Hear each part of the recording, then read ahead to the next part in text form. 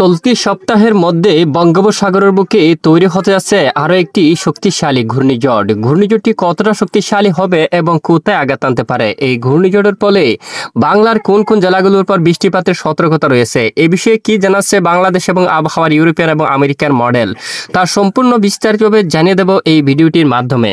জানতে হলে ভিডিওটি শেষ পর্যন্ত দেখবেন, ভালো লাগলে লাইক করবেন।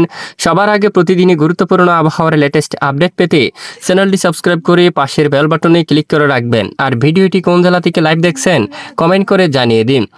দর্শক বন্ধুরা, সরাসরি ইতিমধ্যে আমরা দেখতে পাচ্ছি, দেখুন একেবারে আবহাওয়ার জিপিএস মডেল থেকে আর মাত্র কয়েকদিন পরে দক্ষিণ বঙ্গোপসাগরে একটি নিম্নচাপ সৃষ্টি হতে পারে, যা পরবর্তীতে শক্তি বাড়িয়ে ঘূর্ণিঝড়ে রূপান্তরিত হতে পারে এবং কতটা শক্তিশালী হতে পারে। আগামী মঙ্গলবার 25শে নভেম্বর প্রায় 95 কিলোমিটার বেগে বাতাসের গতিবেগ নিয়ে ধীরে ধীরে ঘূর্ণিঝড়টি উত্তর পশ্চিম দিকে অগ্রসর হচ্ছে এবং বুধবার 26শে নভেম্বর আরও উত্তর পশ্চিম দিকে অগ্রসর হয়ে যাচ্ছে। বৃহস্পতিবার 27শে নভেম্বর একেবারে বিশাখাপট্টনম এবং শুক্রবার 28শে নভেম্বরের মধ্যে বিশাখাপট্টনম, হায়দ্রাবাদ এবং ভুবনেশ্বর, দেখুন অন্ধ্রপ্রদেশের উপকূলীয় অঞ্চলে আঘাত আনার সম্ভাবনা দেখা যাচ্ছে। দেখুন এটি ধীরে ধীরে একেবারে বাতাসের যে গতিমাত্রা প্রায় 120 কিলোমিটার পর্যন্ত দেখা যাচ্ছে। 120 কিলোমিটার বেগে এটি দক্ষিণ ভারতের উপকূলীয় অঞ্চলে আঘাত আনার প্রবল সম্ভাবনা রয়েছে। তবে এই ঘূর্ণিঝড়ের ফলে কেমন থাকতে চলেছে দুই বাংলার আবহাওয়া, তা সরাসরি আমরা আপনাদেরকে জানিয়ে দেব। তো পাশাপাশি আগামীকাল বৃহস্পতিবার 20শে নভেম্বর কেমন থাকতে চলেছে দেশের উত্তরাঞ্চলের আবহাওয়া, দক্ষিণাঞ্চলের আবহাওয়া, ভারতের পশ্চিমবঙ্গ সহ উত্তরবঙ্গ, আসাম, ত্রিপুরা, মেঘালয়, মিজোরামপুর সহ সারা দেশের কোন কোন জেলাগুলোর উপর ভারী থেকে অতি ভারী বৃষ্টিপাতের সতর্কতা রয়েছে তা জানিয়ে দেব। তো জানতে হলে অবশ্যই ভিডিওটি এক নজরে দেখে থাকুন। বর্তমান উপগ্রহ লাইভ স্যাটেলাইট ইমেজের উপর আমরা দেখতে পাচ্ছি দেশের আকাশ একদম পরিষ্কার রয়েছে। দেশের কোথাও আকাশে মেঘ নেই। রংপুর, ময়মনসিংহ, সিলেট পরিষ্কার আকাশ এবং ঢাকার রাজধানী ঢাকার আকাশ পরিষ্কার রয়েছে। রাজশাহী, খুলনা, বরিশাল, চট্টগ্রাম আকাশ পরিষ্কার রয়েছে। হালকা কিছুটা ধোঁয়াশা থাকতে পারে দেশের উপর। তারপর দেখুন বঙ্গোপসাগরও স্বাভাবিক আকারে রয়েছে। এদিকে আন্দামান সাগর এবং দেখুন এখানে যে নিম্নচাপটি তৈরি হতে পারে, এখানে কিন্তু গভীর মেঘমালা একেবারে ব্যাপক আকারে মেঘ কিন্তু তৈরি হচ্ছে। আর মাত্র কয়েকদিন পরেই কিন্তু এখানে নিম্নচাপটি তৈরি হয়ে ঘূর্ণিঝড়ে পরিণত হওয়ার সম্ভাবনা থাকবে। আর পশ্চিমবঙ্গের আকাশে কিন্তু একদম পরিষ্কার দেখা যাচ্ছে আপাতত। কলকাতা, কোলাঘাট, হালদিয়া, খড়গপুর, আরামবাগ, বাঁকুড়া, দুর্গাপুর, সিউড়ি, বর্ধমান, শান্তিপুর সহ দেশের সকল জেলার আকাশ কিন্তু একদম পরিষ্কার আকারে দেখা যাচ্ছে।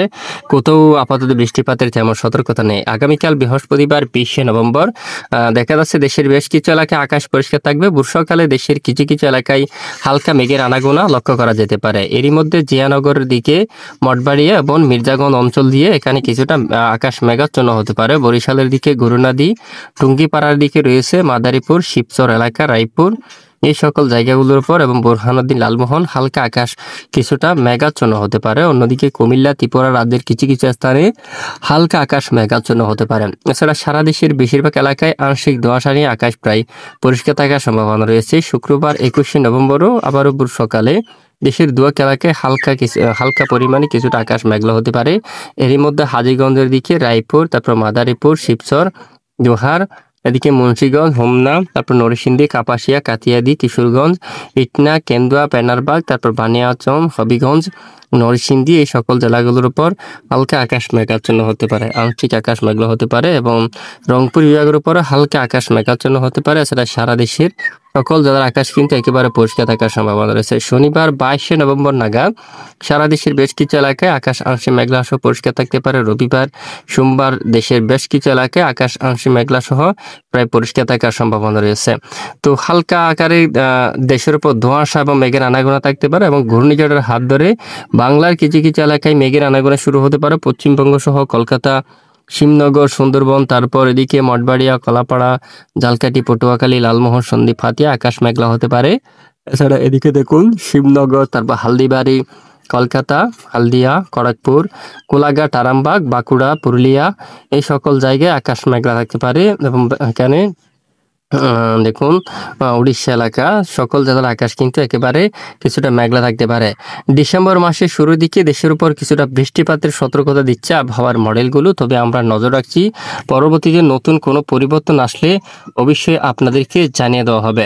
প্রিয় দর্শক বন্ধুরা, আর বায়ু মোড যদি আমরা একটু দেখি, ইতিমধ্যে দেশের সর্বোচ্চ বাতাসের গতিমাত্রা কেমন থাকতে পারে আগামীকাল যদি আমরা একটু দেখি, দেশের কোথাও আপাতত তেমন ঝড়া হাওয়া বা দমকা বাতাস নেই, বা কোথাও দেশের উপর প্রচণ্ড ঠান্ডা বা শৈত্যপ্রবাহ কিন্তু ইতিমধ্যে চালু নেই। দেশের আকাশ কিন্তু স্বাভাবিক আকারে দেখা যাচ্ছে, কিছুটা ধোঁয়াশা থাকতে পারে এবং হালকা পরিমাণ কিন্তু কুয়াশা পড়তে পারে। যদি আমরা একটু দেখি আগামীকাল দেশের কিছু কিছু এলাকায় কিছুটা ঘন কুয়াশাও থাকতে পারে। এরই মধ্যে দেশের দেখুন উত্তরাঞ্চলের কিছু কিছু এলাকায় বগুড়ার দিকে, গোড়ারঘাট, রংপুর, ঠাকুরগাঁও সহ কিছু এলাকায় কিছুটা ঘন কুয়াশা দেখা দিতে পারে। এছাড়া এদিকে দেখুন বকুল, গুয়াহাটি এদিকে তারপর সিলেট বিভাগের কিছু কিছু এলাকায় হালকা পরিমাণে কুয়াশা পড়তে পারে এবং পূর্ব দিকে জেলাগুলোর উপর কিছুটা ঘন কুয়াশা পড়ার সম্ভাবনা রয়েছে। পাহাড়ি ও চট্টগ্রাম বিভাগের কিছু কিছু এলাকায় কিছুটা ঘন কুয়াশার দেখা দিতে পারে। এছাড়া আপাতত বাকি এলাকার আবহাওয়ার পরিস্থিতি একেবারে স্বাভাবিক থাকতে পারে, কোনো ধরনের